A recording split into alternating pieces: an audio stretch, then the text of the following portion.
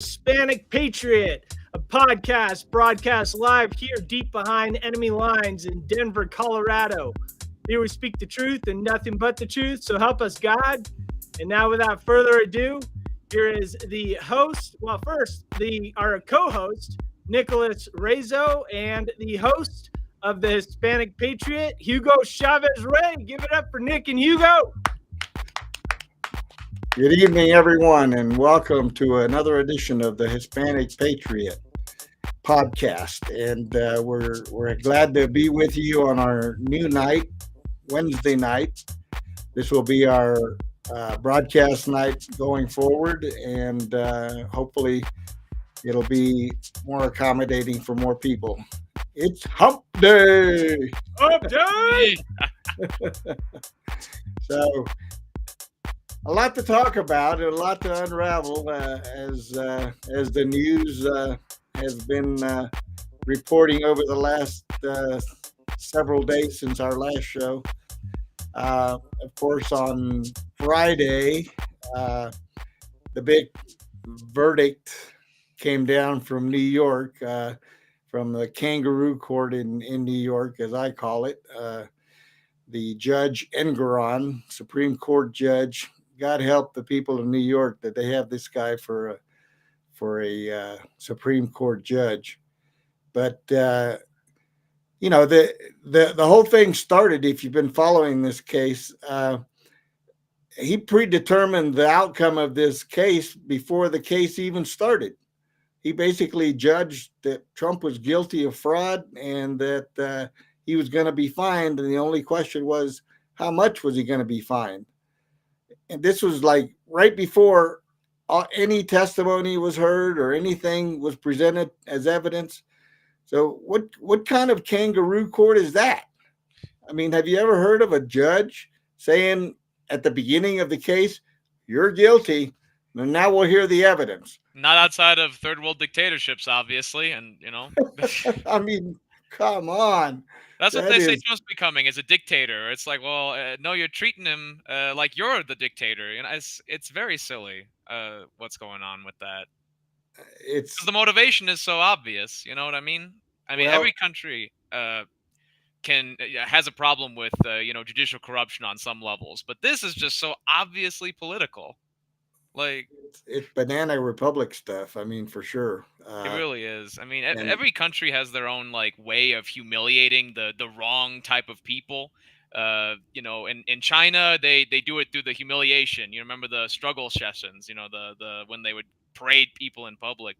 In Russia, they just kill you. In prison, like they did with Alexei Navalny recently. But in America, they cost you money. They try to make you dirt broke. So you can't do politics anymore. Well, Donald Trump's immune to that. So this is, I think, just kind of taking a page out of the Chinese book. Ritual humiliation. I think that's really what they want to do to Trump, and it's backfiring really badly. This is the epitome of election interference. I mean, all of these cases against Trump are nothing more than election interference. You can't paint it any other way. Anybody that has half a brain and is at least justice oriented has to admit to themselves, regardless of whether they like Trump or not, that he is the target of a political hit job by the left, and their only goal is to try to derail his presidential run. Period. It has nothing to do with anything else. All of these cases that they brought against him are strictly designed to bring him down as a presidential candidate. But God has his hand on this, in my opinion. And every time they have attacked and charged Trump on any of these issues, his numbers climb. And to me, you can deduct what you want out of it, but in my opinion, that is divine intervention. There's just no other way to see it, because any other person would have been already locked up in prison. Completely. I mean, that's what they mean when they say the man, the myth, the legend. Like that, when people say that, that is what they mean. It means you went through things, you took the slings and arrows, you were David versus Goliath, whatever you call it. And people might say, "Oh, how is Donald Trump a David? Isn't he a Goliath? He's so rich and everything." Well, being a billionaire is really something. But have you ever been trillions of dollars in debt? Have you ever been rich enough to say, "Oh yeah, I'll pay you back your 12 trillion or whatever the debt is now"? Trump really is standing up to a huge tidal wave, It's with money 35 trillion, especially. by the Yeah. way. Oh, great. Yeah. I must have been remembering, when I was first part of, the whole youth political thing. The first thing I ever did was about student and public debt, and back then it was only 8 or 12 or something like that. That's Yeah, when I was younger. It's like now, yeah. yeah, it's amazing what has been And allowed of in this course, country. Trump or Biden just added to that debt by forgiving 1.5 billion in student loans, an additional Yeah, giving 1.5. the people he believes are scamming kids more money.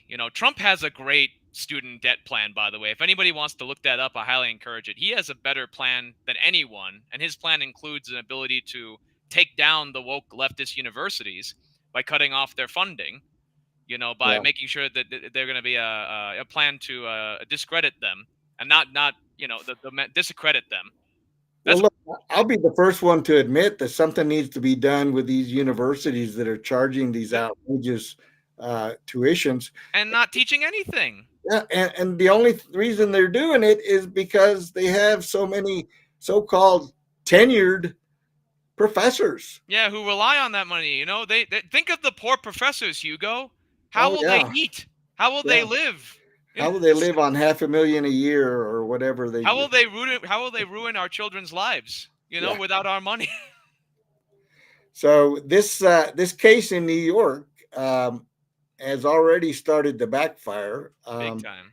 The You've heard about the trucker boycott that's beginning, and that momentum is growing. They're going to refuse to take goods and services into the city of New York. And if people think that that's not a big deal, think about this. New York is an island. There's only 4 ways in and Yeah. out of that island. And if the truckers decide we're not delivering to New York City, guess what's going to happen to the grocery stores, the department stores, the all the stores that require products to be brought in, department stores, individual computer stores. I mean, everything's going to be affected. And if they don't think that that's going to cause chaos, and especially with the huge influx of illegal immigrants that are now in the city, I just heard yesterday they're camped out on Madison Avenue, on Fifth Avenue. I mean, Well, my that's the nice goodness, places. the last time I was in New York, those places were the most pristine part of New York City. And now they're littered literally with people camping out on those avenues. And you Right. tell me that those people that have those multi-million-dollar mansions on those streets are not upset about it? They're losing their mind over what's going on. And there was an interesting poll that came out yesterday. I was watching. I don't know if you guys got to see the town hall with Oh yeah, with Laura Ingraham last night in South Carolina, and they were talking about a new poll that just came out yesterday in New York. Okay, New York State. Think about this. Biden won that state by over 30 points in 2020. Okay. There's a poll that came out yesterday that showed Biden only up 12 over Trump. wow. So Trump said last night in the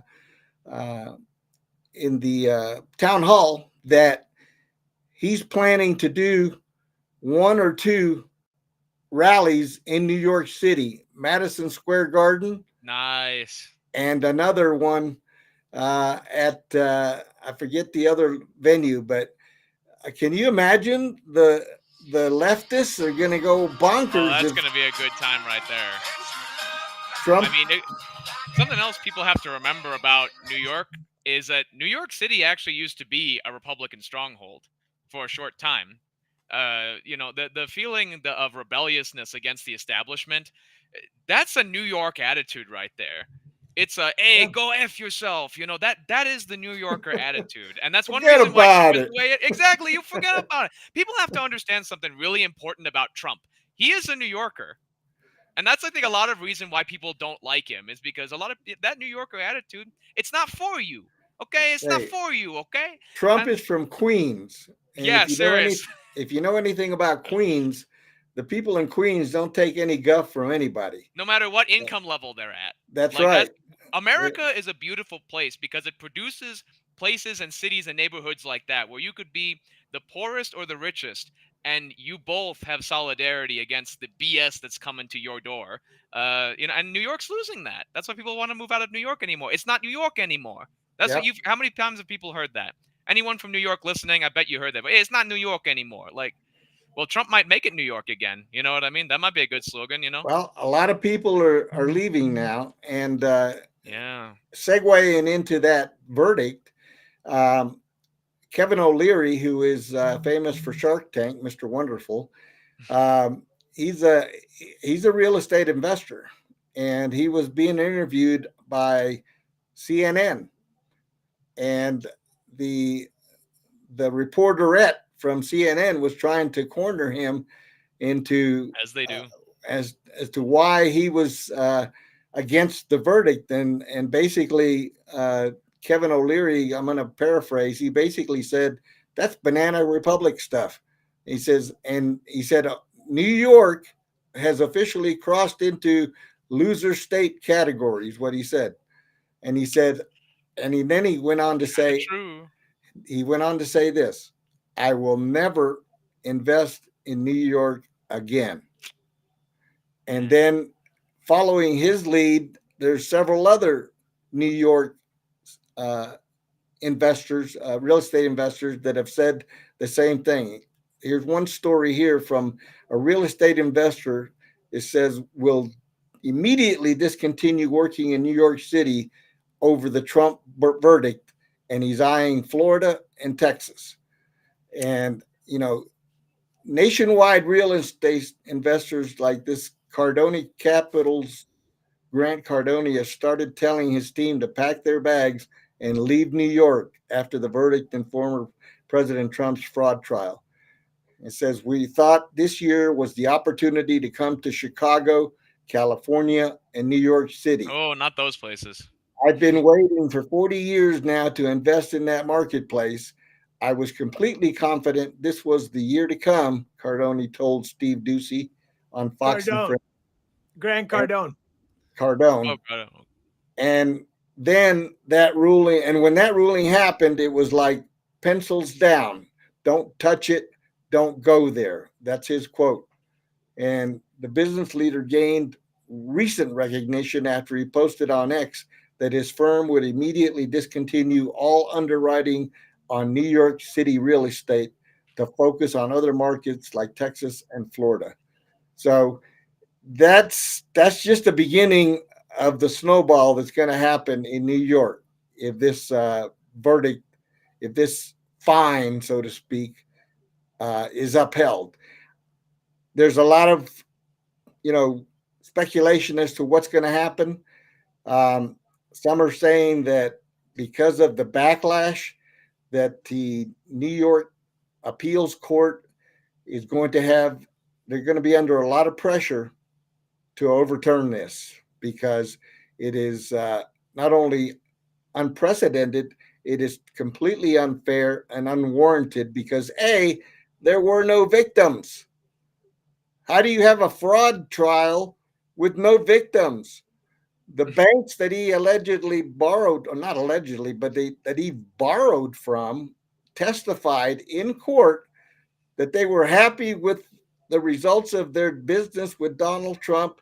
They were repaid in full with interest and on time. There were no victims. You have had several business leaders who have come out and said, this is not an uncommon practice for a loan application to contain inflated values on properties. The goal of the borrower is to inflate the value of their property. Get the best deal. Exactly. Everybody knows that. But once it goes to political levels, then all of a sudden, no, we throw out common sense because we got to replace it with, we're going to get you.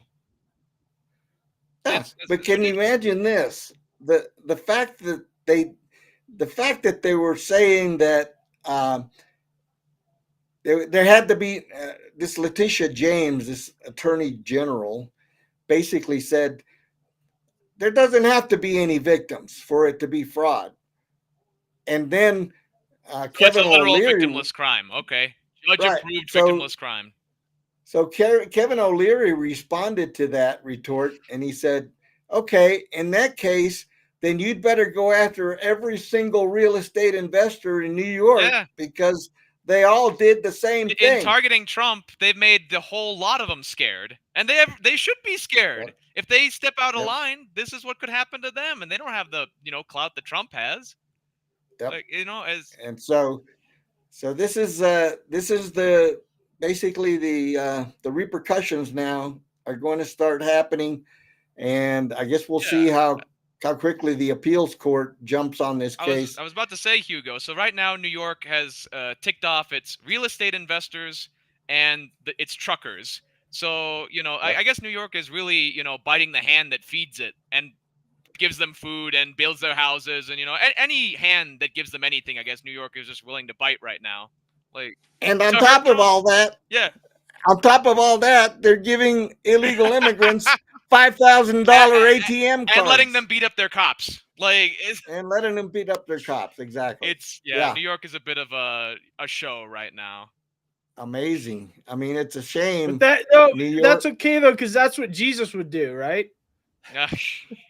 What's that?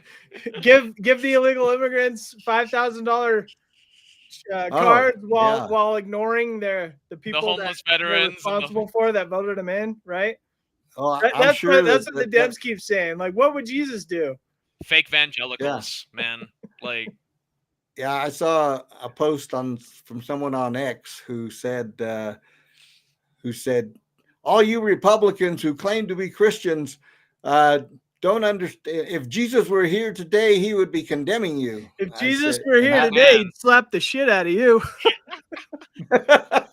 It's amazing. And I was like, your sin's worse than my sin. It's like, my Savior said that all of us are sinners and we all need him. Like, I don't think that, your sin of, we all fall short of the glory. Protecting people. That's correct. We all fall short of the glory. None of us are perfect. There was only one perfect man on this planet, and they crucified him. Yeah. So this is just and don't try to be perfect either, because you'll get the same treatment. Oh, for sure. But you want to show this video, Hugo? Sure. You got it ready? Yeah. Give me just a second. Yeah, but we'll see about that. I don't think they'll be able to crush Trump underfoot for nothing like this. I don't even know, a little bit. Well, go ahead. Let's see this part. Which one is this? President Donald Trump responding to the ruling in his New York fraud case at the Ingram Angles Town Hall last night in South Carolina. We went through a trial. It turned out we're totally innocent on everything. And he fined me $355 million plus interest and other things. My financial statements were conservative. Everybody made money. There was no victim. This guy ruled that I was guilty before the trial started. Well, now some real estate investors are worried about working in New York City and owning property there. Private equity fund manager and real estate investor Grant Cardone told his employees, quote, immediately discontinue all underwriting on New York City real estate. The risk outweighs the opportunities at this time. Focus on Texas and Florida. And Grant joins us right now from down in Florida. Hey, Grant, how are you? Hey, thank you, Steve. I'm good this morning. Okay. Listen, I think that's kind of a no-brainer. I mean, I'm sitting in New York City. If I had my druthers, I would think that Florida or Texas would be a better bet, just given the fact there's so much crime and the fact that, as we've been detailing, the migrant crisis is zapping all of our resources here. This is not a good real estate market right now, right? It was an opportunity. We thought this year was the opportunity to come into Chicago, California, and New York City. I've been waiting for 40 years now to invest in that marketplace. I was completely confident. Oh, someone else has got to make their money. Steve, this was the year to come. And when that ruling happened, it was like pencils down, don't touch it, don't go there. We invest for 14,000 investors at Cardone Capital that depend on cash flow. And if I can't predict the cash flow because of some ruling or because of the migrants or because I can't evict people, New York City just keeps doing every single thing they can to sell real estate in Florida and not sell real estate in New York. Right. Well, and just look at the Grant Cardone story. You left the great state of California, over 10 years ago, and moved to Florida because that makes sense. Now, Grant, judge's ruling that has you worried as a real estate investor going forward, the peril you could wind up in. Yeah, so on every loan application or every transaction, I'm going to go to a bank and say, hey, if I want to put a loan on this, what are the loan proceeds going to be? Those loan proceeds are based on the value of the property. They're going to require me to actually underwrite my property on the cash flow, the income of the property, and what valuation I believe that property's worth. The broker will also put a valuation on it, probably a third party, one of my third parties to check my own underwriting for me internally for my investors. And then the bank is also, Steve, going to use at least one other appraisal, maybe two, are independent of me. They're going to go out and hire those people and pay those people. They'll charge me back for it later. Sure. So there could be as many as 5 appraisals on that. The value that I'm going to put on the property, keep in mind, when I'm buying something, I'm not thinking about selling it the next day. In the case of Trump, he's not selling any of this stuff. Right. In the case of Cardone Capital, we are long-term holders, 10, 15, and 20 years. We want the property for the cash flow. So I'm going to put a value on it in the future. And look, I remember doing a deal once where I put a value on my property that I was getting rid of. I inflated the value. A guy at the bank at Merrill Lynch heard about it and bought it for the price I had stated to the bank. So every seller is always going to push the price value up based on the future, not based on fraud. So you're just worried that you might, if you were big in New York real estate, this could come back to haunt somebody like you. Until this thing is overruled, and I believe it will be, nobody in commercial real estate investing big money. We were going to put $1 billion in New York City this year. We were going to put $1 billion in Chicago and maybe another $1 billion in Los Angeles, and we won't touch any of them now. All right. Texas, Florida, Arizona, go hard, go big, and go long. All right, ladies and gentlemen, you heard it. All right. So just like I was saying, the repercussions have already started. Yeah, they basically make futures illegal. I mean, it's absurd. Yep. And just a side note on Grant Cardone, he is the image of the American dream. He grew up dirt poor. I believe somewhere in New York or some inner city, Italian. No, I think single mom, something like that. I picked up on him from all these wealth building and educational things. He's the model of the American dream. I mean, that is why these immigrants want to come to this country, is because you can come from nothing, literally not even able to rub 2 pennies together and become a Grant Cardone. He's the success story of all stories. And now he's not afraid to speak the truth. And that's a huge thing that inspires us to be here is that we have the ability to speak the truth here. That's when we talk about freedom of speech, it's not just the ability to say things, it's the ability to know you're speaking the truth, express it, and because like we talked about with the story of Christ, the very essence of Christ's everything, you can get hurt for telling the truth. That's the thing humans really don't like, is when you tell them the truth. So, but in terms of the damage that this is going to do, I mean, $1 billion in housing and other kinds of development at a time where every city needs housing, where young families can't afford damn near anything in any city they grew up in. And now they just heard, $1 billion is going to be wasted, and this is the attitude that local governments have. When I was a young activist myself, I went before various entities and told them, do you want us to leave? Do you want us young people to move out of here? And they treated us like we were bugs. They're almost, almost like, you know what? Yeah, go. We don't need you. We got the migrants coming. We don't need you. And that's the attitude that we feel. Look at what the governor of New York said about the people that were leaving. He says, go. We don't need you. You're not New Yorkers. We don't need your tax money. We don't need your population on the census. We don't need any of that. Yeah, you don't align with our values. We don't need your kids in our failing schools. So now New York is prioritizing illegal immigrants over its own citizens who are homeless, veterans who are homeless. They had that one case just a couple of months ago, but in New York, Long Island, where a housing community was emptied.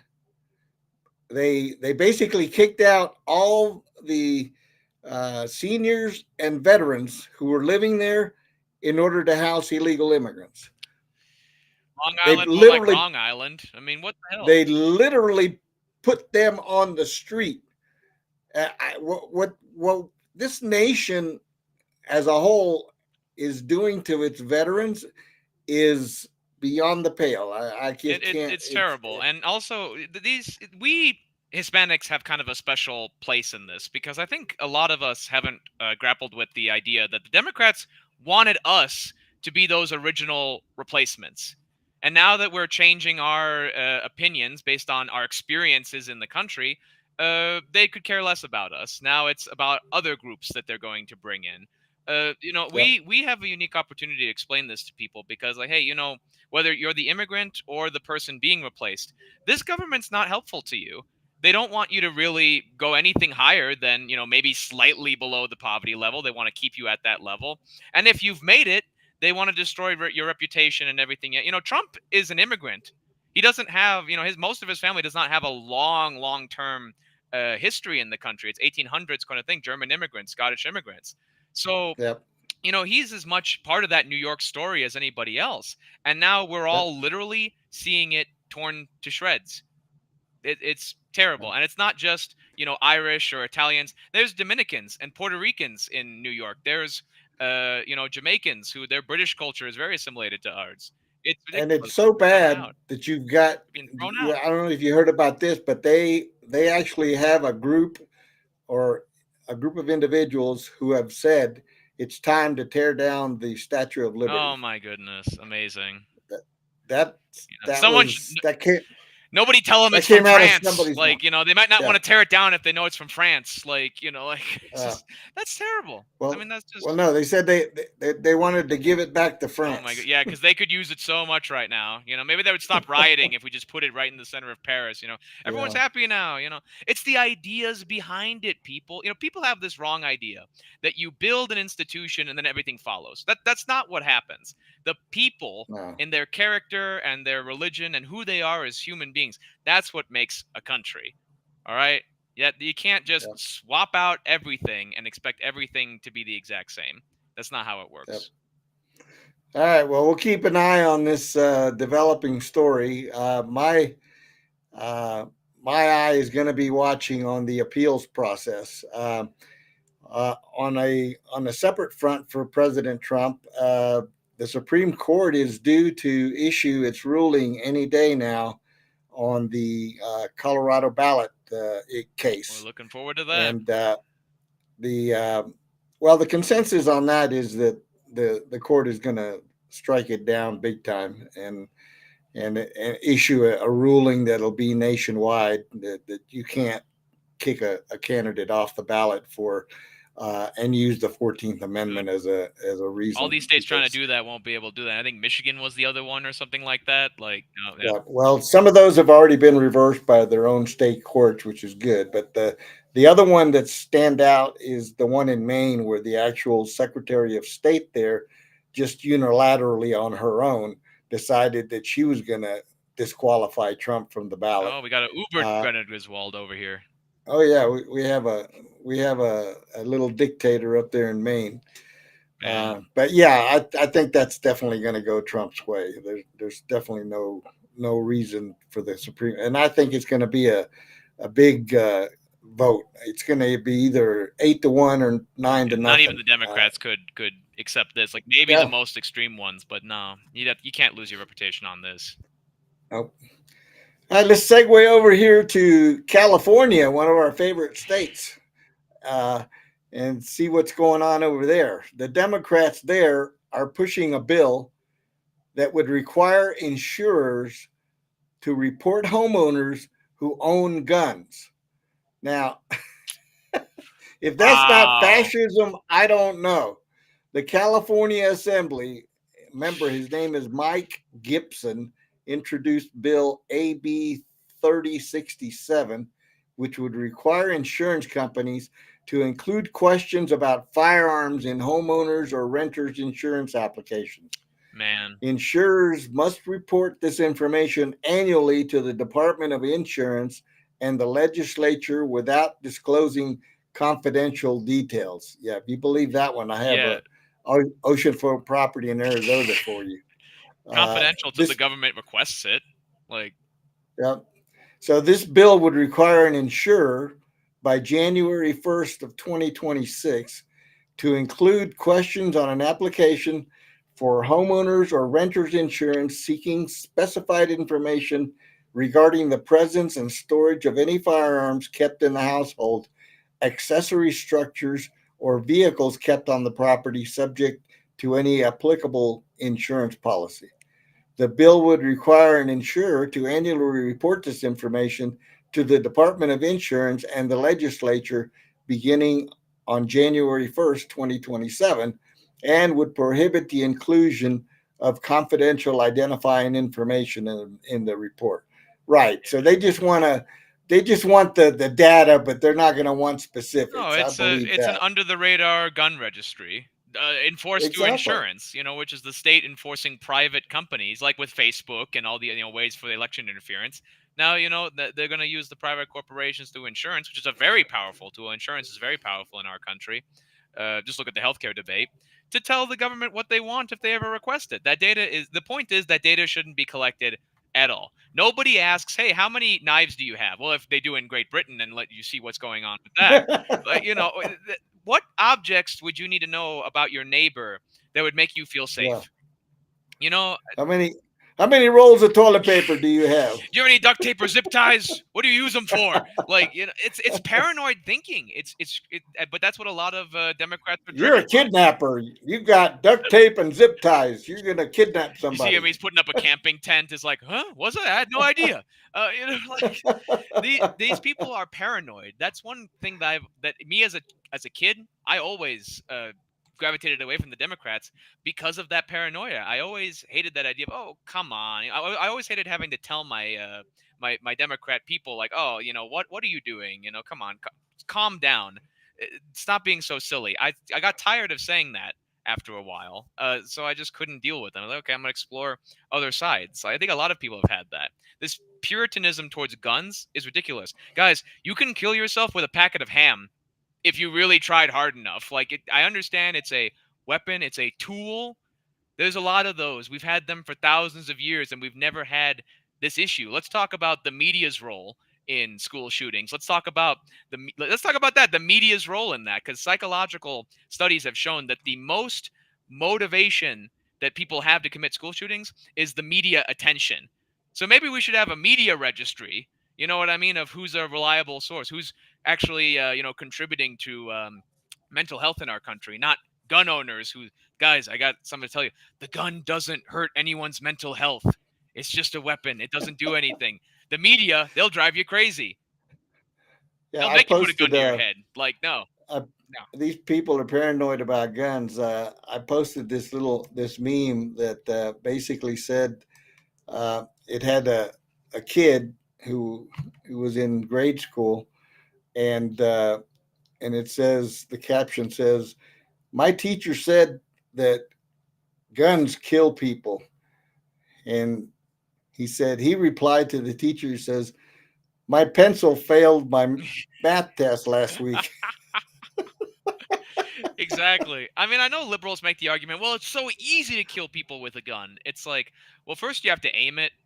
It's actually not horrifically easy to kill people. Ask the gang members in Chicago and New York who end up, firing off hundreds of bullets and nobody dies. Like, you know what guns also do is they protect this nation there it from is. bloodthirsty animals that would come in and slit your throat in a heartbeat. There you go. They keep the streets safe with police officers.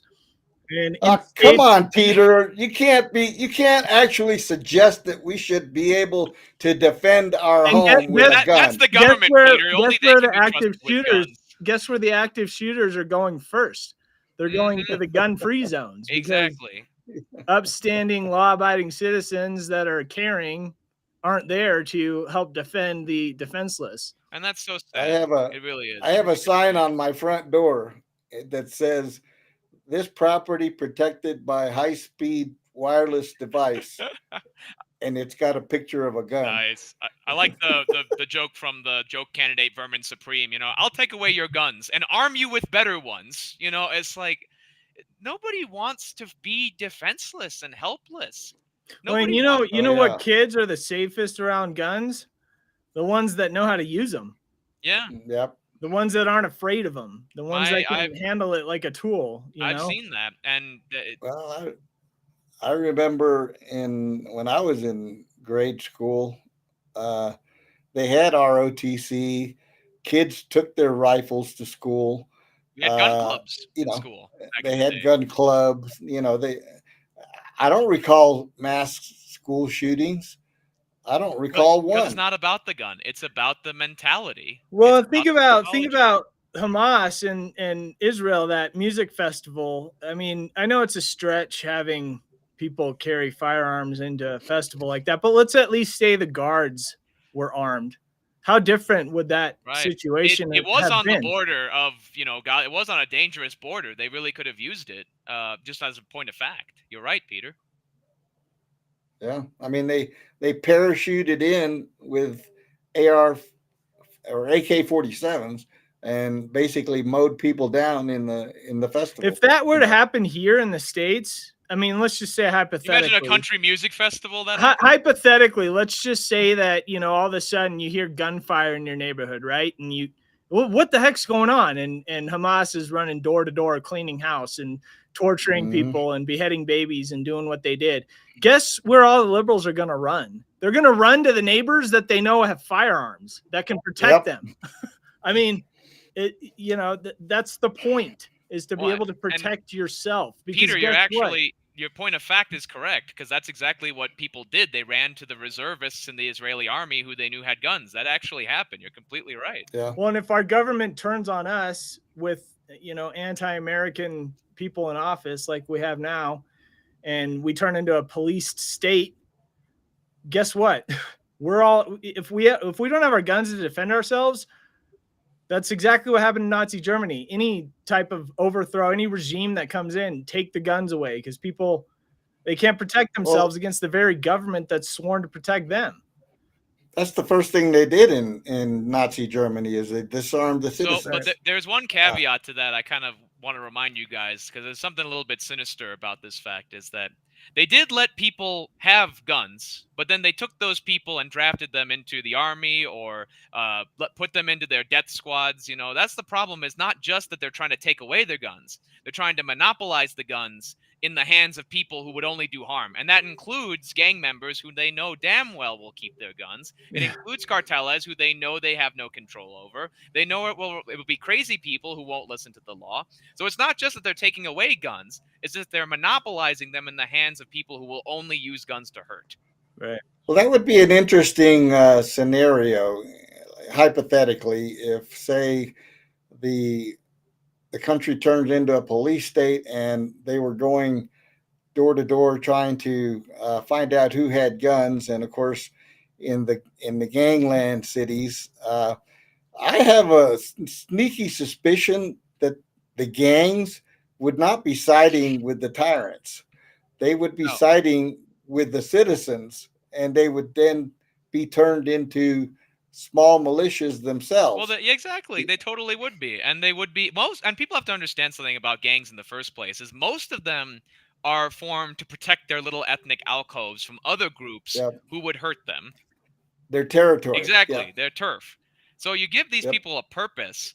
That's one reason why a lot of these, former criminal rappers supporting Trump, because he's given them a real purpose in life. They can use their toughness and their skills for. This is what we need to do with masculinity in this country, with positivity and faith. Of course, that's a huge thing, because a lot of gang members are surprisingly religious. You face death on a daily basis. You might realize there's a God. Well, you saw, I don't know if it was last week or the week before, I think right before the Super Bowl, 50 Cent came out and said, I'm supporting Trump. and of course, these people, and this is the guy we're going to talk about next, Stephen A. Smith. Oh. He came out there was a article written by a journalist on I think it was I want to say, it's one of the sports magazines. Anyway, she came out. She's a podcast host. Her name is Kira Davis, and she penned an opinion in Newsweek titled, Fani Willis is an embarrassment to Black people. She's the proof that DEI only hurts us. And Willis basically, as you know, came out on the stand and was very defiant in her testimony, and tried to play the what do you call not only the race card, but the defiant, the arrogant card. Basically, she sat there and was defiant, and the the attorney that was questioning her told the judge, we want to define her as a hostile witness. And she goes, I'm not a hostile witness. Wow. I'm telling the truth. He says, you're lying about me. She was like, and then the judge had to calm her down and tell her, if he continues with her outburst, she's going to have to hold her in contempt. So I watched her testimony, and I watched her father's testimony. And by the way, for those of you that don't know, her father was a former Black Panther, and he's an attorney. So, that combination basically gives credence to the old adage, the apple doesn't fall far from the tree. Dang. She is a race baiting, She knows diversity. how to play. She knows how to play. She's the epitome of affirmative action. To me, she's not very well spoken for having achieved a law degree.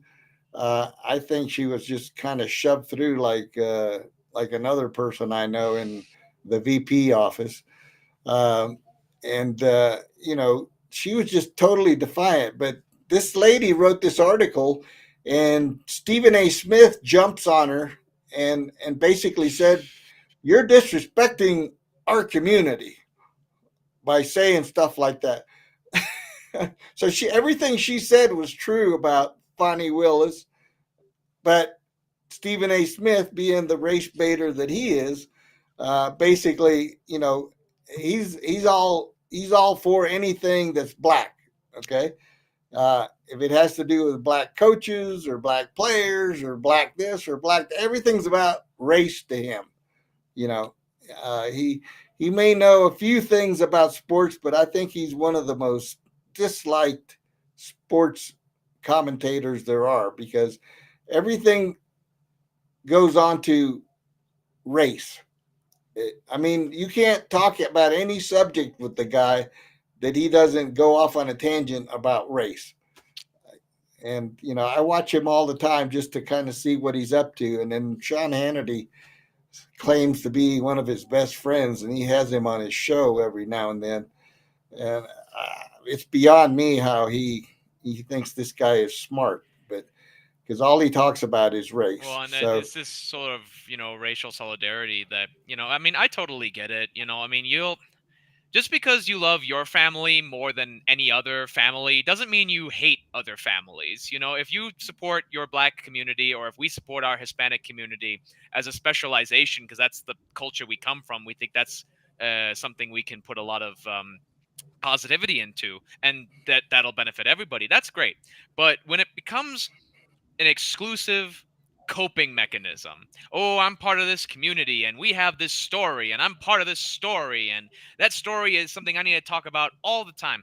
That's when, it's an obsession like anything else. I mean, you could be a Star Trek fan and that's your only claim to fame in terms of your own personality, and it would be equally annoying. It's I know my race's lore, I know my race's history, or I know for me as a Hispanic, for example, this has always been an important part of my identity. It's always been an important part of my political identity. But you don't talk about it all the time. And maybe talk about somebody else's race for a while. Maybe, get to know somebody else's culture. When people isolate themselves like this, they become ridiculous and they become gatekeeping. And that's what we're seeing with Smith here, who has, good opinions occasionally. He's not he's right twice a day, I guess, but it doesn't mean that he's not a broken clock, especially on this, and also you have to let your own community criticize you. What would he be happier if it was a white person criticizing them? Then they would have cried racism from a different angle. If it's not oh, racism, definitely, if it's yeah, not racism, it's, oh, you're disrespecting the community. It's like, well, maybe he would have doubled down, but he thinks that every Black person should toe the line. I have an idea. Maybe we should disrespect the community. I disrespect my community all the time. Hispanics disrespect each other all the time, and we love each other for it because we make each other better by criticizing each other, by criticizing ourselves, by asking ourselves, how can I be better? When you have a racialist cope to say, I never need to get better because God made me perfect, that's wrong. It's not I was watching an old interview that Morgan Freeman did with I love that interview. I know what you're talking about. Barbara Walters, and she asked him point blank, she says, well, how do we get rid of racism in this country? And Morgan Freeman looked at her, he says, stop talking about it. And she was taken aback. She says, what do you mean? He says, stop talking about it. He says, I'm in Hollywood. I have an acting career. I haven't been discriminated against. And yes, when I was younger, I lived through some discrimination, but the country has evolved and we are not a racist nation, he said. And Morgan Freeman is not exactly a conservative, but he recognized that all this consistent pounding of race day in, day out, it's tiring. The Jesse Jacksons, the Al Sharptons, the Stephen A. Smiths, all these people that want to push skin color, totally ignoring what Martin Luther King said, which was people should be judged by the content of their character, not by the color of their skin. But yet all these people want to continue judging people by the color of their and lifting skin. up the wrong kinds of people, because this country has produced amazing African peoples, not just Black Americans, but people who have come here from Africa. Elon Musk is one of them, not a Black American, but had to throw that joke in there. But seriously, people should look up. There have been Black saints in our country. These are completely unknown people, because the left, who control the Black community, unfortunately, and they are eliminating that control, and we're all inspired by it. They have chosen to promote some of the worst of their community, and it's an insult to the Black community. And I would say it would be an insult to the Hispanic community, them doing it to us, but they just kind of ignore us. So well, I would take this one step farther, and that is, all these people talk about slavery and how bad that was. But what I see happening in the Black community right now is they have mentally enslaved the community by all this talk about racism. Instead of doing what Dr. Carson did, what people like the senator in South Carolina, Scott, and some of the Walter Williams and Thomas Sowell, all these people who have excelled despite this alleged racism, they're the ones that are telling them, stop belittling yourselves, stop thinking that you're inferior, and go out and take advantage of the American dream because it's fair. Well, the thing is we started with slavery, but we abolished that. And then we had the civil rights movement. And since the founding of our nation, we have liberated women and minorities more than any country in the history of the world because of the very documents that the progressives want to tear up, to burn: the Constitution, the Declaration of Independence. Now, when Thomas Jefferson, yes, he owned slaves, okay, but he also, in his original draft of the Declaration of Independence, wanted to abolish slavery. Congress shut it down. And that is because he believed that we hold these truths to be self-evident, that all men are created equal, inalienable rights. So the very documents that the progressives want to throw out is the very thing that has instilled in our DNA equality. Exactly. And he knew that. And that comes from God. So there's two things. Yep. We want to throw away God, the God of the Bible anyways, the Yahweh, the Almighty. We want to get rid of him because he's who blessed our nation and made it great, but we're not great. We're terrible, right? And then we want to get rid of these documents, the very things that were inspired, of course, from the Bible. These are the things that are creating equality and freedom. This is what Jesus stands for. It is for freedom that Christ set us free.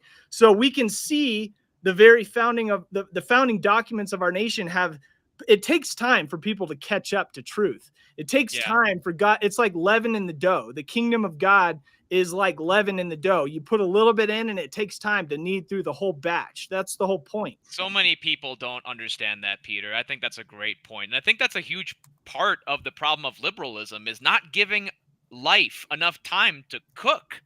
Things need time. And I think the cooking analogy is a great way to go with that, to get these people to understand. It's like you can't just expect everybody, once they understand the truth, to just adhere to it, especially when there's a lot of tied up interest in that. And you read I've read a lot of historical documents. History is one of my primary professions, I guess you would say. And you read the accounts of slave traders. Like, do you think these people must be some of the worst people just mentally? But a lot of them who are true Christians, they write about that they recognize as an internal contradiction. They're like, the Lord says that people are meant to be free, but here I am trading people like cargo. I worry for my immortal soul. But this is the only way I know how to make money. And you ask that, whether it's the slave trader or the drug dealer, that's what they say. This is the only way I know how to make money. And that's the tragedy of this. That's what free market capitalism is purport to do, is to give people the right to earn money in ways that is helpful for society, not exclusively hurtful. And a society based on law and order as well. Well, and it's together. And it's Christians. I mean, we talk about these founding fathers having slaves, right? But what would it have done had they just liberated them on their own? They would have gone out. I mean, who knows? I'm not condoning slavery, but I'm saying, like, no, of course, we had to approach it in the sense of abolishing it through Congress, through government. Well, and one reason that one reason why slavery's abolition came later than, say, the British Empire — we could have abolished slavery at various times — was primarily America's fear of what happened during the Haitian Revolution. And that was what we might call black on white violence. The white population of Haiti was murdered, except for a couple of exceptions.